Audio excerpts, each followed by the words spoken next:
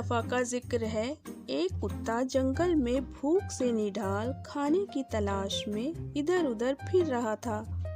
उसने बहुत ढूंढा, लेकिन उसको खाने के लिए कुछ न मिला। घूमते घूमते उसकी नज़र मछली के एक दुकान पे पड़ी। वहाँ उसने ज़मीन पे गिरी एक मछली देखी। उसने फौरन उस मछली को उठाया और खाने के लिए वापस तेजी से जंगल की तरफ जाने लगा। जब वो नदी पार करने लगा तो उसने अपना अक्स पानी में देखा। वो सोचने लगा कि एक और कुत्ता नदी में मछली पकड़े खड़ा है। उसके दिल में ख्याल आया कि वो इस कुत्ते से भी मछली छीन ले, लेकिन जैसे ही इसने मछली छीनने के लिए मुंह खोला तो उसकी अपनी मछली भी नदी में गिर गई।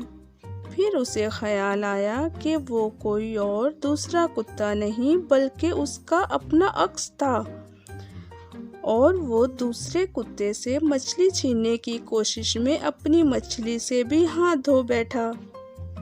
तो बच्चों, इस कहानी से हमें ये सबक मिलता है कि जो चीज़ें हमारे पास हैं उस पे ही खुश होना चाहिए, और दूसरों की चीज़ें देखकर उस चीज़ की लालच नहीं करनी चाहिए, क्योंकि लालच बुरी बला है।